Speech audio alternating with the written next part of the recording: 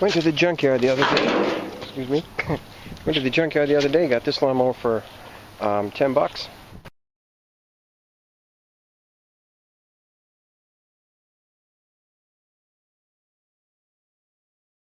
Brought it home and going over it, fixing the wheels and stuff. See the nuts on the wheels.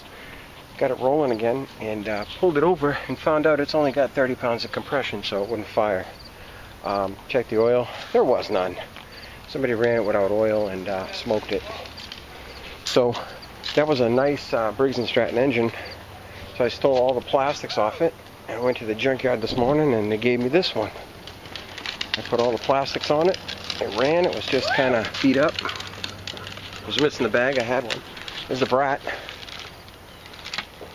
Brat. Do you take a picture of me? No, I don't need a picture of you.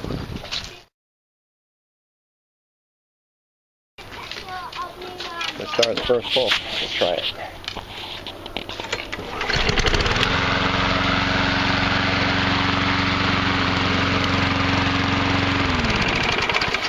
Well, we built this one for my sister. It's like the 4th lawnmower this year. Not from the same house as the last 3. This is from the junkyard.